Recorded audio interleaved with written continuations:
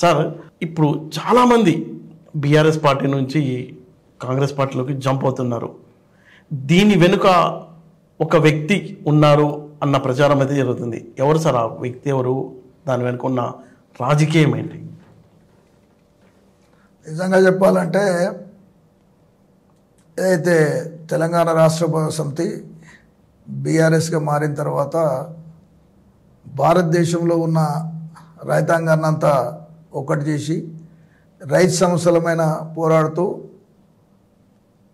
రాజ్యాధికార దిశలో ప్రయాణించాలని కేసీఆర్ గారు వ్యూహం పన్నిన మాట వాస్తవం.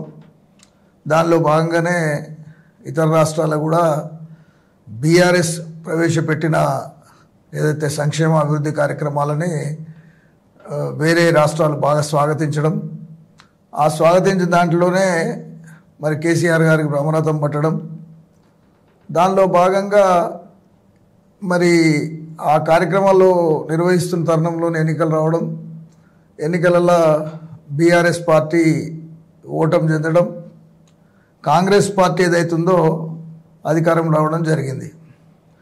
అధికారం వచ్చిన తర్వాత మరి నిజంగా ఒక పక్క బీజేపీ బలపడుతూనే బీజేపీని అనగదొక్కుతూ కాంగ్రెస్ ముందుకు సాగడానికి, కాంగ్రెస్ పార్టీని మరి ఏదైతే ఈరోజు ఆంధ్రప్రదేశ్లో ప్రభుత్వంకి వచ్చిన తెలుగుదేశం పార్టీ ఆదినాయకత్వం, ఆది నాయకుడు కూడా తెలంగాణలో పావులు కదులుతున్నట్టుగా తెలుస్తూ ఉంది.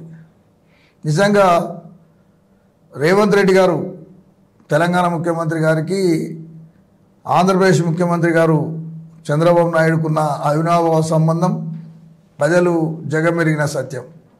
అందులో భాగంగానే ఈరోజు చంద్రబాబు నాయుడు గారు రేవంత్ రెడ్డి వెనుక ఉన్నాడు అనే విషయాన్ని ప్రజలలో చర్చ జరుగుతుంది. అది వాస్తవం కూడా కావచ్చు. ఎందుకంటే తెలంగాణ ప్రజలు ఏదైతే వాళ్ళ చిరకాల స్వప్నమైన 1955 నుండే ఏదో ఇడ్లీ సాంబార్ గో బ్యాగ్ నుంచి మొదలుకుంటే 1969లో మరి ఏదైతే ఉద్యమం ఉవ్వెత్తున లేవడం, దాన్ని కూడా మరి చల్లబరచడం, అయినా ప్రజల్లో ఉన్న నిగూఢమైన నిక్షిప్తమైన ఆ తెలంగాణ ఆకాంక్షను పొదింపట్టుకొని కేసీఆర్ గారు ఉద్యమాన్ని నడపడం, ఆ ఉద్యమం ద్వారా గల్లీ నుండి ఢిల్లీ కాకుండా అంతర్జాతీయ వేదికల వద్ద పోయి అనివార్య పరిస్థితులలో కాంగ్రెస్ ఖచ్చితంగా తెలంగాణ ఇవ్వని పరిస్థితి తీసుకొచ్చి తెలంగాణ సాధించిన తర్వాత మరోసారి ఏదైతే ఉమ్మడి ఆంధ్రప్రదేశ్ కుట్రలు తెరలేపుతున్నట్టుగా మీ ప్రశ్న ద్వారా తెలుస్తూ ఉంది. సార్ మీరు దారుణంగా మాట్లాడుతున్నారు. ఎలా అంటే మీరు తెలుగుదేశం పార్టీలో ఉన్న కనీసం ఆ పార్టీ మీద కొంచెం కూడా ఇది లేకుండా, ఒక విషయం మనం చూసుకున్నట్లయితే ఆంధ్ర ప్రాంతంలో ఎన్నికలు జరగక ముందే రేవంత్ రెడ్డి నేను గేట్లు ఎత్తేస్తే ఎవరు మిగిలరు, అప్పటి నుంచి పార్టీ ఆకర్షణ చేస్తున్నారు, బీఆర్ఎస్ నుంచి జంప్ అవడానికి వాళ్ళు టైం వెయిట్ చేస్తున్నారు. ఇప్పుడు ఎన్నికల్లో ఎవరు గెలుస్తారో తెలియదు. ఆంధ్రాలో వచ్చిన ఎన్నికల రిజల్ట్లో టీడీపీ వచ్చింది. ఇప్పుడు అనవసరంగా ఇందులోకి చంద్రబాబు పేరు లాగడం అనేది ఏమేర కరెక్ట్ అంటారు? కరెక్ట్ అనే విషయంలో నిజంగా జరుగుతున్న పరిణామాలను గ్రహిస్తే నిజంగా చెప్పాలంటే నేను తెలుగుదేశం పార్టీలో పనిచేయడం వాస్తవం, తెలుగుదేశం పార్టీ ప్రజా సంక్షేమ అభివృద్ధి కార్యక్రమాలు చేసిన మాట వాస్తవం. కానీ ఏదైతే ప్రజల ఆకాంక్ష, తెలంగాణ ప్రజలు ఏదైతే నిధులు నీళ్లు నియామకాల మీద ఏదైతే పోరాడి మేము పాలకులతో పోరాటం కానీ ప్రజలతో పోరాటం కాదని చెప్పి ఈరోజు ప్రజలు కూడా నిజంగా తెలంగాణ ఆంధ్ర ప్రజలు హైదరాబాద్లో చాలా మంచిగా ఉన్నారు. అంటే ఇప్పుడు మన ఇంటర్వ్యూకి ముందు కూడా మీరు మాట్లాడుతూ ఉన్నారు, అంటే ఇంతమంది బీఆర్ఎస్ పార్టీలో చేరిన అవ్వడానికి వెనుక చంద్రబాబు నాయుడు కుట్ర ఉందని. మరి అది వేగ ఆరోపణ కాదంటారా? వేగ ఆరోపణ కింద తీసుకోవాలంటే ఈరోజు నిజంగా తరం మారుతూ ఉంటే రాజకీయాలు కూడా మారుతూ వచ్చినాయి. ఇంతకుముందు రాజకీయాలు ఎట్లా ఉండంటే వ్యక్తులు, రాజకీయం చేసే వ్యక్తులు, ఫైనాన్సర్స్ వేరే ఉండే. ఈరోజు ఫైనాన్సర్సే రాజకీయాలకు వచ్చారు కాబట్టి ఖచ్చితంగా వాళ్ళ రాజకీయ ప్రయోజనాల కన్నా ముఖ్యం వాళ్ళ స్వప్రయోజనాలు ఏవైతే ఉన్నాయో వ్యాపార ప్రయోజనాలను కాపాడుకోవడానికి అధికార పార్టీలో పోవడం వాళ్ళకు తప్పనిసరి అవుతుంది.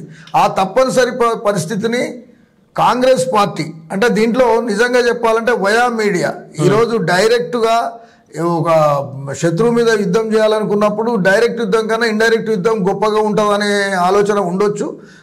రేవంత్ రెడ్డి కనుసన్నలలో వీళ్ళందరినీ కాంగ్రెస్ వైపు మళ్లించి కాంగ్రెస్ నుంచి అవకాశం వచ్చినప్పుడు ఒకటేసారి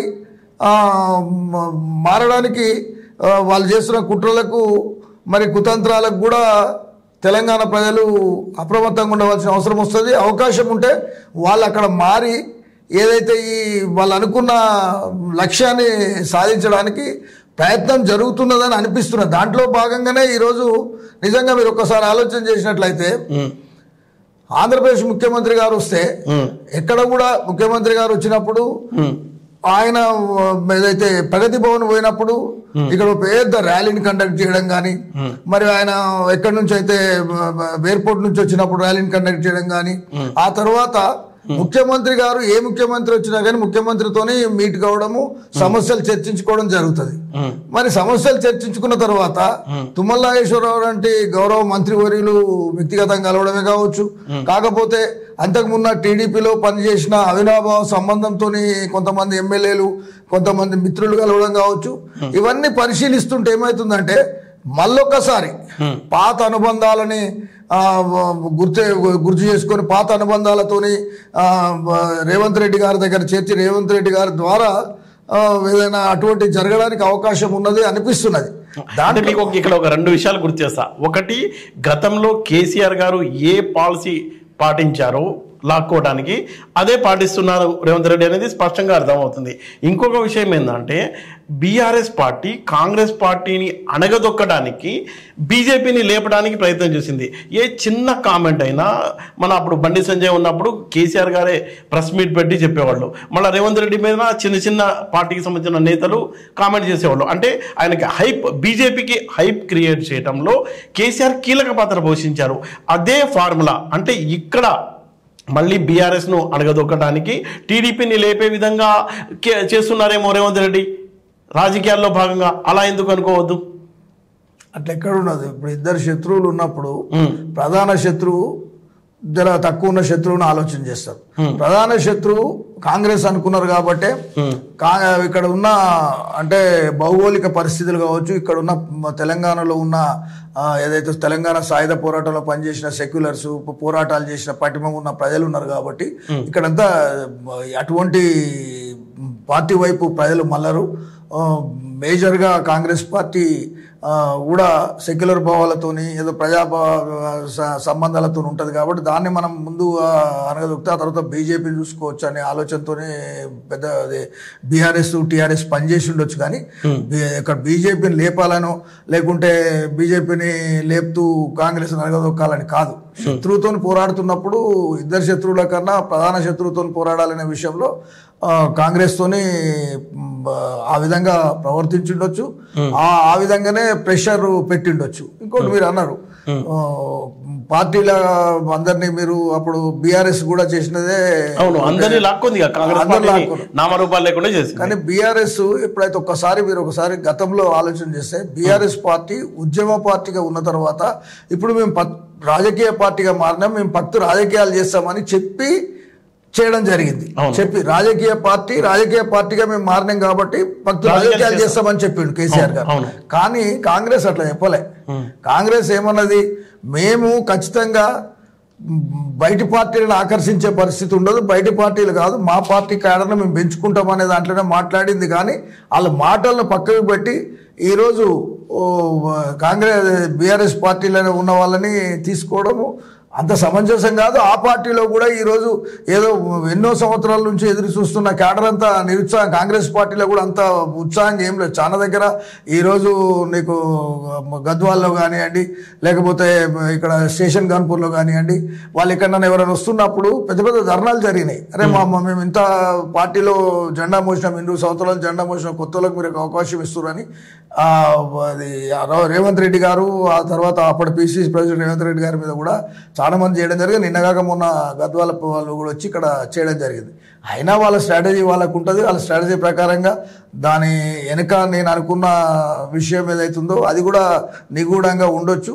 కానీ ఇంతకుముందు భౌగోళిక పరిస్థితులు ఏదైతే ఈరోజు రాజకీయాల కన్నా వ్యక్తి స్వప్రయోజనాలు, వాళ్ళ వ్యాపార స్వప్రయోజనాలకు ఏదైతే లీడర్లు ఉన్నారు కాబట్టి ఆ లీడర్లంతా మారుతారు. ఈరోజు బీఆర్ఎస్ పార్టీలో 2001 జెండా పట్టుకున్న వాళ్ళు ఈ రోజు కూడా పార్టీ ఎంబడి ఉన్నారు, పార్టీ క్యాడరు, పార్టీ సంబంధాలతో ఉన్నారు. ఏదైతే తాత్కాలికంగా వాళ్ళ స్వప్రయోజనాలకు వచ్చిన వాళ్ళే పోతున్నారు తప్ప మీరు ఎవరిని చూసినా చూడండి, మధ్యన వచ్చిన వాళ్ళే మధ్యన పోయినారు. కానీ ముందు నుంచి ఉన్న వాళ్ళు ఒక్కరిని మీరు వేలెత్తి చూపే పరిస్థితి లేదు. ముందు నుంచి పార్టీకి కట్టుబడి పార్టీ లాయల్టీ కాకుండా బీఆర్ఎస్ పార్టీ అనేది ఒక ప్రాంత ప్రజల ఆకాంక్షలకు అనుగుణంగా, ప్రజల భావాలకు అనుగుణంగా, ప్రజల సమస్యలకు అనుగుణంగా వచ్చిన వాళ్ళు ఆ క్యాడర్ ఉంది కాబట్టి ఆ క్యాడర్ ఇప్పటికి కూడా తెలంగాణ సెంటిమెంట్ మీద ఎక్కడన్నా దెబ్బ పడితే సుమ్మాలే ఈ రోజు చేస్తారనే విధంగానే ఇంకా బీఆర్ఎస్ లో ఉన్నారు.